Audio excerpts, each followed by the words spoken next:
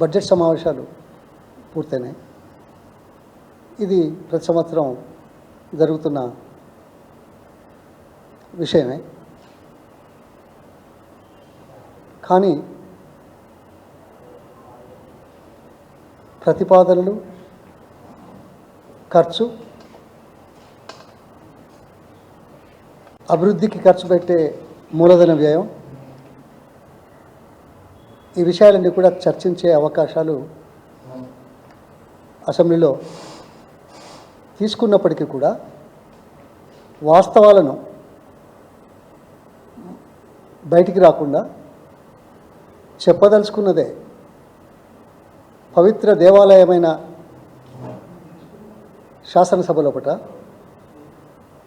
పరిపాలన విషయంలో రాజకీయాలు చేసే తత్వం ఈ రోజుల్లో చాలా స్పష్టంగా కనబడుతుంది. ఒకవైపు బడ్జెట్ ప్రతిపాదనలు ఆమోదించే దశలో ఉంటే, మరోవైపు అత్యుత్సాహంతో ఏదో బాగా చేస్తున్నామనే ఉద్దేశంతో కొంతమంది మంత్రులు, నీటిపారుదల శాఖ, ఇంకా కొంతమంది మంత్రులు, స్థానిక నాయకులు మొదలేమో ఫిబ్రవరి 17-18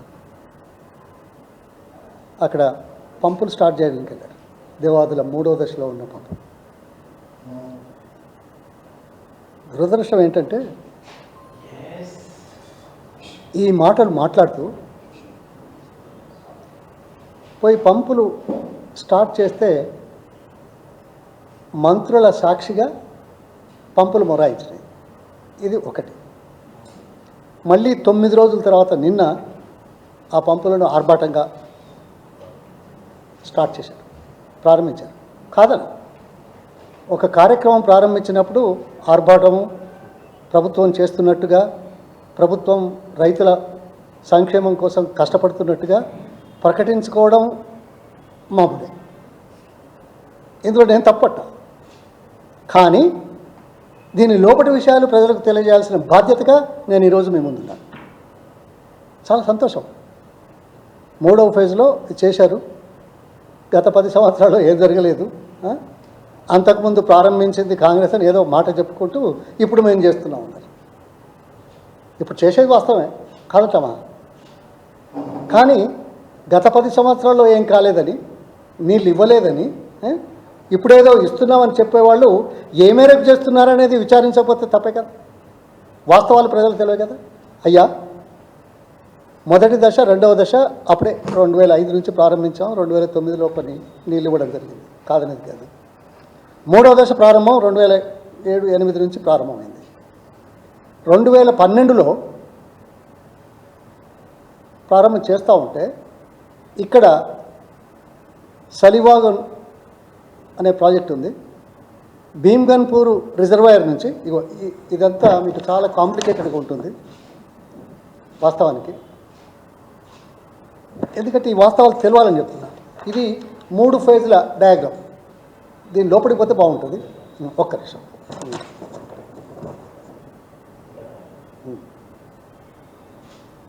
ఓకే, ఇంకొకటి మీకు తెలవాల్సింది. ఇది ఫేజ్ 1 and 2. ఇది 3 ఫేజ్ల ప్రోగ్రామ్. 3వ ఫేజ్లో భీమ్గన్పూర్ నుంచి వయా సలివాగు, రామప్ప, అక్కడి నుంచి సలివాగు, తర్వాత నిన్న ఊరి పేరు ఏదో ఉంది కదా, మన దేవన్నపేట, అక్కడికి టనెల్. ఈ టనెల్ పొడవు ఎంతో తెలుసా? 49 కిలోమీటర్లు. 49 కిలోమీటర్లు అయితే సలివాగు దగ్గర దాదాపు ఆ వాగులో వచ్చిన నీళ్లు ఒత్తిడికి టనెల్ కూలిపోయింది. టనెల్ మొత్తానికి నీళ్ళు వచ్చేసాయి. టనెల్ మొత్తానికి నీళ్ళు వస్తే ఈ టనెలు 2012లో నీళ్ళు వచ్చాయి. 2012 నుంచి 16 వరకు అది పునర్నిర్మాణం కోసం, నీళ్లు రాకుండా ఉండడం కోసం చేసిన ప్రక్రియ ఒకటి మర్చిపోతున్నారు. ఇప్పుడు ఎస్ఎల్బీస్లో ఏముందో తెలుసు కదా. ఇప్పుడు దాన్ని బాగు చేసిన తర్వాత 2016 నుంచి 2024 వరకు సుమారు 39 కిలోమీటర్ల టనెల్ను తవ్విన వాస్తవాన్ని పక్కన పెట్టి 2016 నుంచి 2024 వరకు అంటే 8 ఏళ్ళు పట్టింది. మీరు అనొచ్చు, ఎవరైనా అనొచ్చు ఎక్కువ టైం పట్టింది, నేను కాదనా. కానీ మధ్యలో 2022లో ఒక 50 మీటర్ల సొరంగం ఇవాళ ఎస్ఎల్బిసి ఇచ్చినట్టుగా సమస్య ఏర్పడింది. దానికి ఇంకా కొంత ఆలస్యమైంది. అంటే 2016 నుంచి 2024 వరకు పూర్తిగా కంప్లీట్ చేసి ఇవాళ ఈ దేవన్నపేట దగ్గర నీళ్ళు వచ్చే అవకాశం ఉంది. ఇది కాదనేది కాదు. కానీ 2024లో పూర్తయితే, అదే 2023 డిసెంబర్ వరకు పూర్తయింది. ఈ పంపు మోటార్లు ఎప్పుడు వచ్చినాయో తెలుసా? ప్రజలకు చెప్పాల్సిన అవసరం ఉందా లేదా? టనెల్ పూర్తి కాకముందే వచ్చినాయి. టనెల్ పూర్తి కాకపోతే స్టార్ట్ చేయలేం కదా, వాస్తవమే కదా. టనెల్ పూర్తయింది ఎప్పుడు? 2024లో. 2024 నుంచి పడేది 15 మాసాలైంది. 15 మాసాలలో 3 మోటార్లు కూడా అమర్చలేని, ప్రారంభం చేయలేని దౌర్భాగ్య స్థితిలో ఉన్న ప్రభుత్వ యంత్రాంగం, ప్రభుత్వ పెద్దలు ఏదో చాలా ఆలస్యం చేసి చెప్తున్నాయి. మోటార్లను ఆన్ చేయడానికే 15 మాసాలు తీసుకున్న మీరు ఒక ప్రాజెక్టును ఎన్ని రోజుల్లో పూర్తి చేస్తారా? మోటార్లు కొత్త కొనడం కాదు, మోటార్లు తీసుకొచ్చి అమర్చడం కాదు, ఉన్న మోటార్లను ఆడబెట్టి స్విచ్ ఆన్ చేయడానికి 15 నెలలు పట్టిన దౌర్భాగ్య చరిత్ర ఈ ప్రజలకు తెలియాల్సిన అవసరం ఉందనే మాట మాట్లాడుతున్నాను. మీరా? మీ సమీక్షలా?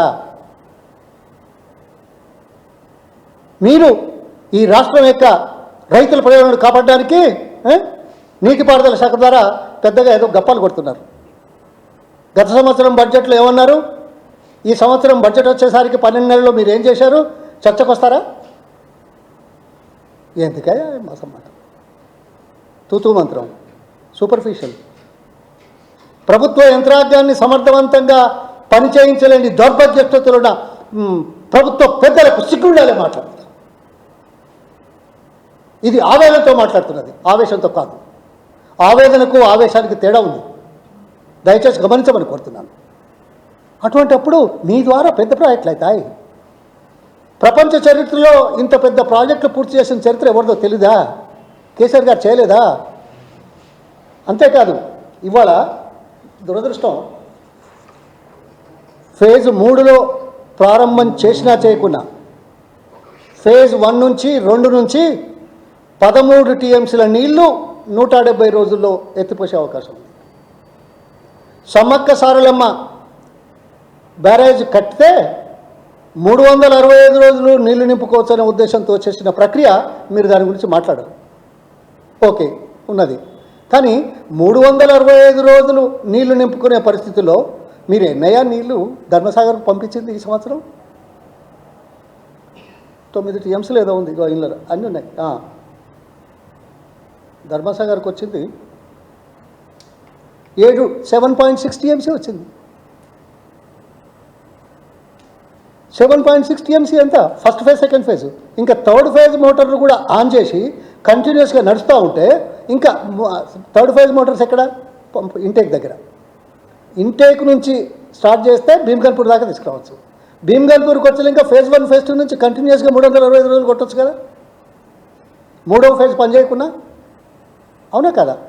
అంటే దాదాపు 30 టీఎంసీల నీళ్లు ప్లస్ థర్డ్ ఫేజ్లో కొన్ని నీళ్లు వాడుకునేటువంటి పరిస్థితులను కాదని 7.62 టీఎంసీఏ ధర్మసాగర్ దాకా తీసుకొచ్చి ఏదో పెగ్గలు కొడుతున్నారు. ఇలా 3వది అని పెగ్గలు కొట్టే ముందు ఏం చేస్తాడో నాకు తెలియదు. సిగ్గుచెట్టు కాదు. పోయిన రబీలో జనవరి నుంచి ఏప్రిల్ వరకు 2024లో సమ్మక్క సారమ్మ బరాజు నుంచి 24 టీఎంసీల నీళ్లు సముద్రంలో కలుస్తుంటే దిక్కులు చూసిన మీరు, రబీలో పంటలు ఎండిపోతున్న నేపథ్యంలో కాపాడలేని దైన్యస్థితిలో ఉన్నవారు మీరు, ఇప్పుడు ఏదో 3వ దశట వీళ్ళు వచ్చినాక అయిందట, 15 నెలలు పట్టింది మోటార్ ఆన్ చేయడానికి, ఇప్పుడు నీళ్ళు వస్తాయి. ఓకే, ఇప్పుడు నీళ్ళు ఓన్లీ ఇంకో 1 మంత్ 6 మంత్స్ ఏదో 6 తడి పంటలు ఇస్తాం. ఇప్పటికే 20%, 30% ఎండిపోయిందయ్యా, కళ్ళకు కనపడడం లేదా? అదే కాదు, దేవాదుల్లో ఉన్న ఈ రిజర్వాయర్స్ అన్ని ఇక్కడ ఇక్కడ ఇక్కడ ఈ రిజర్వాయర్స్ ఉన్నాయి కదా, ఇగో ఇది చూపెడతాం. ఇది ఇలా చూడు, ఈ రిజర్వాయర్స్ అన్ని పూర్తి స్థాయిలో నింపుకుంటే 9 టీఎంసీల నీళ్ళు ఉండేది కదా. 9 టీఎంసీల నీళ్ళు ఉండి దీని కింద ఆయకట్టు ఇచ్చినా ఇవ్వకున్నా ఇస్తూనే చెరువులు కుంటలు నింపుకోవచ్చు కదా. ఆ పని చేశారా? చెరువు కుంటలు నింపుకుంటే గ్రౌండ్ వాటర్ పెరిగేది కదా.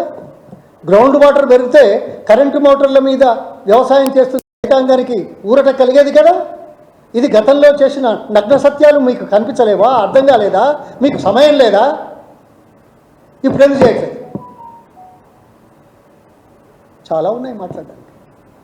కాలయాపన నమ్మించి భ్రమింపజేసి బురదలు రాయేసి దాటిపోదామనే ప్రభుత్వ పనితీరుకు ఇది నిదర్శనం కాదా అంటున్నా. ప్రజల పక్షాన నిలబడే ప్రభుత్వమా మీకోసం? ఇక అంతకంటే నన్ను ఏమన్నా అంటారు. నేనేదో ఇక్కడికి వచ్చి ఒకరిని నిందించడానికి రాలేదు, ప్రజలకు వాస్తవాలు తెలవడానికి, ప్రభుత్వాన్ని అప్రమత్తం చేయడానికి.